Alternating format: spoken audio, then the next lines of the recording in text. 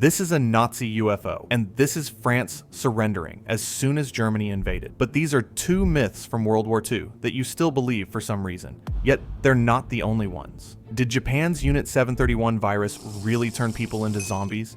And was the USA actually able to create an invisible warship? Well, today, I'll be answering these questions and many more once and for all. Because my goal by the end of this video is not for you to just know the biggest myths, but more importantly, to know the hidden truth behind them. To kick things off, I'm looking at an insane weapon that could have ended the war. D-Glock, more well known as Nazi UFOs. It sounds completely insane, and it is, but what's the secret behind it?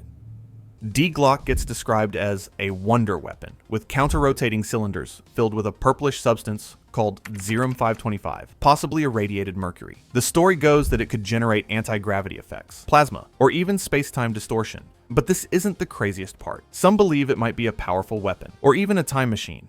Yes, a literal time machine. The story traces back to being developed by the SS in underground facilities in Lower Silesia, near the Wenceslaus mine. Scientists like Walter Gerlach supposedly worked on it. Prisoners from Gross Rosen concentration camp were used as test subjects, dying from radiation or getting executed to keep it secret. At the end of the war, SS official Hans Kammler supposedly traded it to the US for his freedom. And that's how it connects to later UFO sightings, like Kecksburg in 1965. But all this leaves us with an important question. Where does this myth come from? The whole thing traces back to one 2000 book by Igor Witkowski, based on a single document from an SS general's war crimes trial. A document Witkowski claimed he saw but couldn't actually produce. Nick Cook's 2001 book, The Hunt for Zero Point, brought it to English readers, building the story from rumors and loose connections to real Nazi projects like the V2 rocket. But there are actually no real documents that mention D-Glock, and many historians called it a hoax, pointing out that if the Nazis had working anti-gravity technology, they would have used it, and we'd know. But if you thought that was crazy, your mind will literally explode over real-life zombies. The Japanese zombie virus. Unit 731 allegedly created a biological agent that turned people into zombies. Sounds like a horror movie, and that's because it basically is. The myth claims that during World War II, Japan's Unit 731 developed a zombie virus that turned infected victims into undead, aggressive creatures. It's often depicted as a parasite or pathogen, causing reanimation, mindless hunger, and outbreaks. It's linked to Unit 731's real experiments in Manchuria, but that's not entirely what happened. Unit 731, the ISH-2 unit, conducted real and horrific biological warfare experiments from 1936 to 1945 in Harbin, Manchuria. They experimented on 3,000 to 14,000 prisoners with pathogens like plague, anthrax, cholera, and typhoid, injections, vivisections without anesthesia, field bombings that caused 200,000 to 300,000 deaths. But the zombie virus? There were definitely thousands of victims that suffered agonizing deaths from diseases, but the zombie element comes from exaggerating these atrocities in the media. The unit was destroyed in 1945 to hide evidence, with the US granting immunity in exchange for data. But one experiment the US wouldn't have protected is the Nazi super soldier serum. The idea that Nazis invented a serum giving troops superhuman strength, endurance, and fearlessness. Real-life Captain America. Hell yeah. Allegedly, Nazis created a super soldier serum, transforming troops into enhanced beings with superhuman abilities. It's often tied to late war experiments, claiming a cocktail that granted invincibility. So, what's the truth? Well, Nazis did use drugs to enhance performance, but unfortunately, they're not a fantastical serum. Pervitin, which is methamphetamine, was distributed to 3 million troops in 1940 alone. That's 35 million tablets. It fueled blitzkrieg by boosting alertness and reducing fatigue. Soldiers could march for 10 days straight. Tested by Otto Ranke, it mimicked adrenaline, but caused addiction, circulatory issues, and deaths. In 1944, D-Niates was developed, a mix of 5 milliliter oxycodone, 5 milliliter cocaine, and 3 milliliter methamphetamine, designed for endurance. It was tested on submarine crews, but limited by the war's end. The Allies used similar amphetamines, like benzodrine, so the myths just exaggerated these as super effects, but the reality was risky stimulants with severe side effects, not enhancements. Let's be honest, so far these haven't been that crazy, but I'm gonna tell you about one of the most insane ones. Before that though, it's more insane that you have watched this far into the video without subscribing.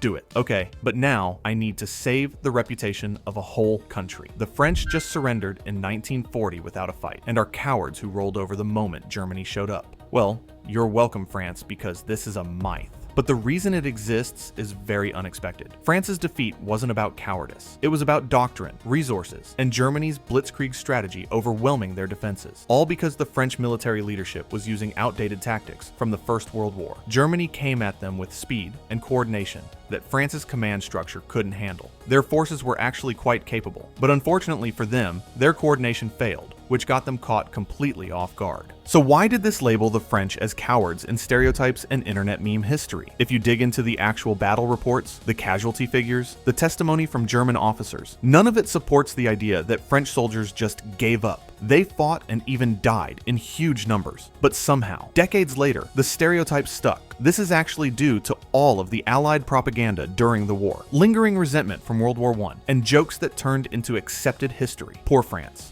But this was not crazy compared to the next one. Franklin D. Roosevelt knew Pearl Harbor was coming and let it happen to drag America into the war. This claim suggests Roosevelt deliberately ignored warnings so that the attack would force isolationist America into World War II. But historians have thoroughly debunked it. There's no credible documentation in archives or declassified files that supports it. Intelligence gathering in 1941 meant sifting through millions of intercepted messages, and the vast majority were noise. The attack was a tactical surprise, but tensions with Japan had been escalating for months. Though, why does this myth persist? It stems from revisionist histories like John Toland's 1982 book and Cold War-era conspiracy theories, when distrust of government secrecy was high. People love a what-if scenario, especially one that paints officials as cynically sacrificing lives for political goals. But dramatic doesn't mean true. And speaking of Pearl Harbor, a lot of people think that's when World War II actually began. December 7, 1941 was the day America entered the war, but conflicts had been raging globally for years before that. Japan invaded Manchuria in 1931. They launched a full invasion of China in 1937. Germany invaded Poland in September 1939, which kicked off the war in Europe. The Soviet Union's Great Patriotic War started with Operation Barbarossa in June 1941. Italy invaded Ethiopia back in 1935. The US was the last major power to join, which makes Pearl Harbor a key escalation, but definitely not the origin. This myth exists because US education and Hollywood center American experiences. Films like Pearl Harbor frame it as the moment the world erupted into war, which simplifies things for dramatic effect, but ignores the reality. Then there's the myth that America was a sleeping giant, totally unprepared before Pearl Harbor. The idea, supposedly from a Japanese Admiral Yamamoto, quote, that may not even be real, suggests the US was idle and vulnerable. But by 1941, FDR had already confronted Japan with embargoes. The economy was shifting to wartime production. The draft had been instituted in 1940. The US had amassed over 2 million troops. The Pacific Fleet was damaged at Pearl Harbor, yes, but carriers were spared and large-scale preparations were already underway. Where does this come from, though? This myth comes from the unverified Yamamoto quote that originated in the 1970 film Tora, Tora, Tora, and embedded itself in pop culture. It serves isolationist narratives and romanticizes the attack as a shocking wake-up call. But the truth is, the US was preparing. They just weren't expecting that specific strike at that specific moment. But none of these theories are anywhere close to being as debated as the next one. A lot of people think Germany's defeat was entirely his fault because of his erratic decisions. Hitler absolutely made catastrophic calls, opening a two-front war with the Soviet Union, micromanaging military strategy, the Holocaust. But German generals weren't innocent bystanders. They enthusiastically supported rearmament, invasions, and prolonging the war. After 1945, many of them wrote memoirs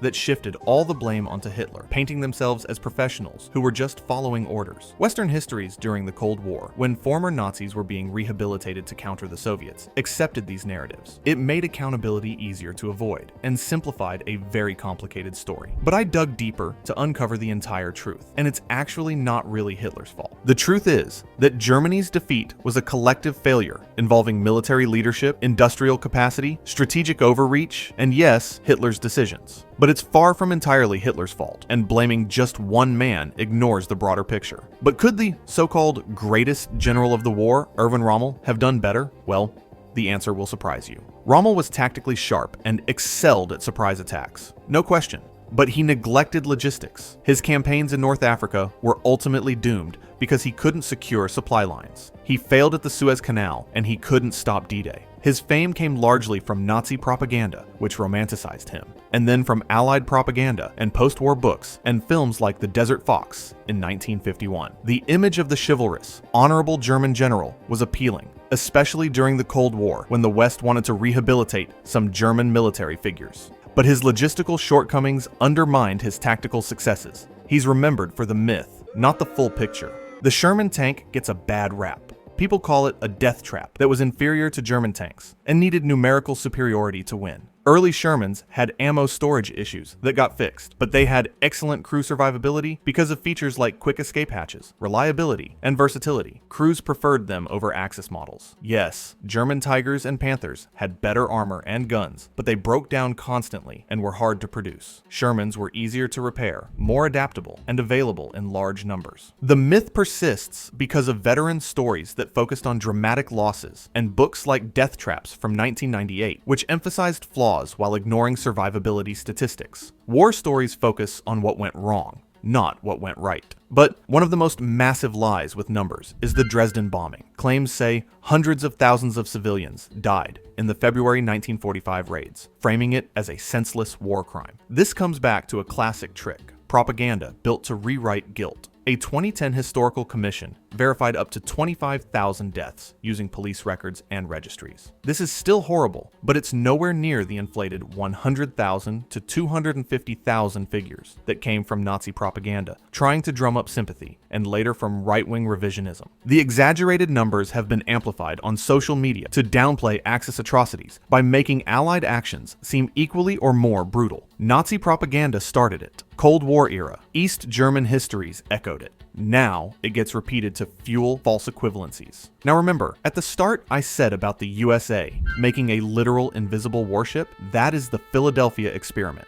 The story goes that in 1943, the US Navy made a destroyer escort, the USS Eldridge, completely invisible using electromagnetic fields. Not just invisible to radar, but actually optically invisible. And then it supposedly teleported 200 miles away. The whole thing traces back to one guy, Carl M. Allen, a former merchant mariner with a history of psychiatric issues and making things up. He sent letters to an astronomer in the 1950s claiming he witnessed this test at the Philadelphia Naval Shipyard. According to him, the ship vanished in a greenish fog, teleported to Norfolk, Virginia, then came back. Crew members supposedly suffered nausea, insanity, spontaneous combustion, or even fusion with the ship's structure. Books in the 1970s and 1980s linked it to the Bermuda Triangle and government cover-ups, and a 1984 film made it part of pop culture. But the Navy says it never happened. The Office of Naval Research confirmed no such tests were conducted. Einstein's unified field theory was never completed and had nothing to do with naval projects. USS Eldridge's actual logs show it was on shakedown cruises in the Bahamas during the alleged date, never docking in Philadelphia. A 1999 crew reunion confirmed nothing unusual happened. The myth likely came from garbled accounts of degaussing, a real World War II technique using electrical coils to demagnetize ships, making them invisible to magnetic mines, not to the human eye or radar. Why does it persist? Post-war fascination with secret military tech, fueled by real classified projects, and Cold War paranoia. It gets linked to time travel and UFO conspiracies on social media, blending sci-fi with just enough historical ambiguity to keep people talking. If you enjoyed this video and want to see more, click the video on screen now.